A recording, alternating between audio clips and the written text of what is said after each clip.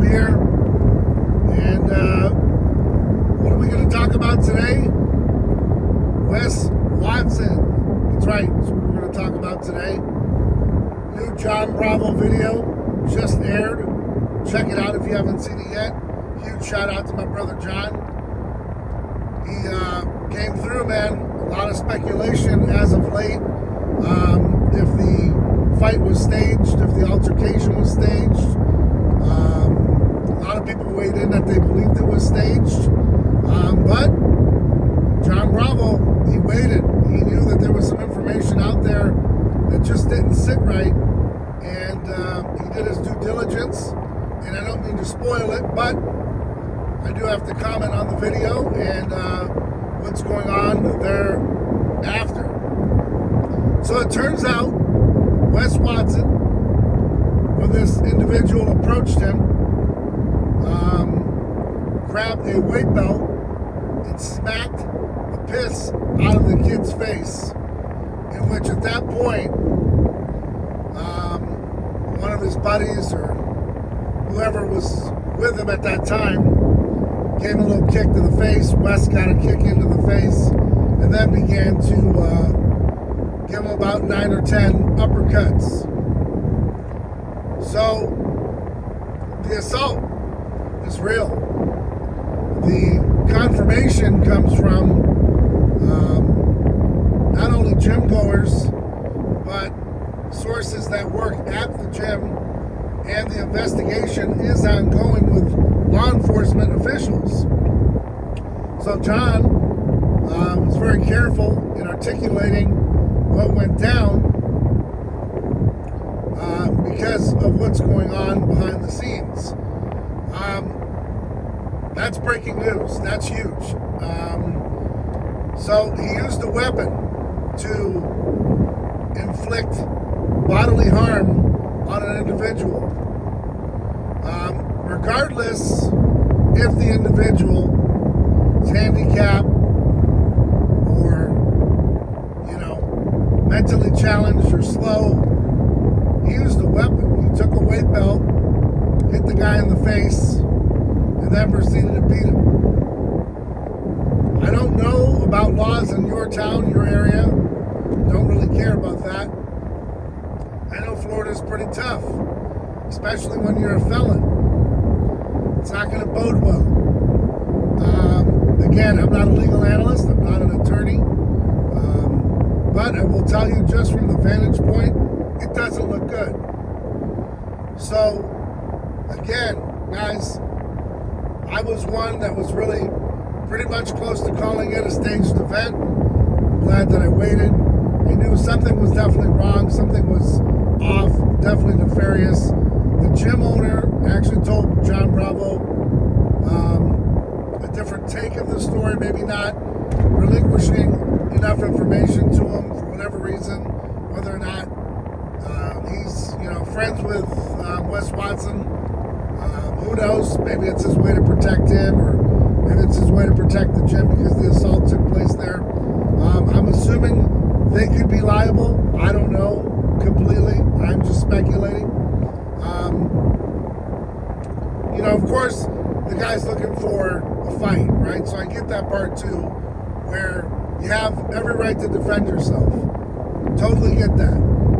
But at what point does it become assault? Possibly even with a deadly weapon. I don't know, when you kind of go above and beyond protecting yourself.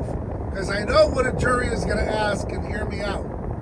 Because I've been deposed, I've been a part of some things in my life, and from my history and vantage point, they're going to ask one question. Did you have an opportunity to vacate the premise, turn your back, run away, whatever the case might be? They're going to ask that question. Prosecutors, a grand jury, a judge, aliens from outer space, they're probably going to ask that question. Did you have enough space, room, opportunity to take flight and protect yourself by evading the situation and avoiding the situation? Because just because someone pushes you doesn't give you the ultimate right to layeth the smacketh down the way he did. Now, if he got off 1 or 2 shots, you know, cooler heads prevailed, people broke it up, we're probably talking a different scenario here. But just think about it for a moment. If you had an opportunity, Wes, you know, to vacate the area, leave, whatever it takes, get that separation between him and the individual, these are the questions that are going to be asked.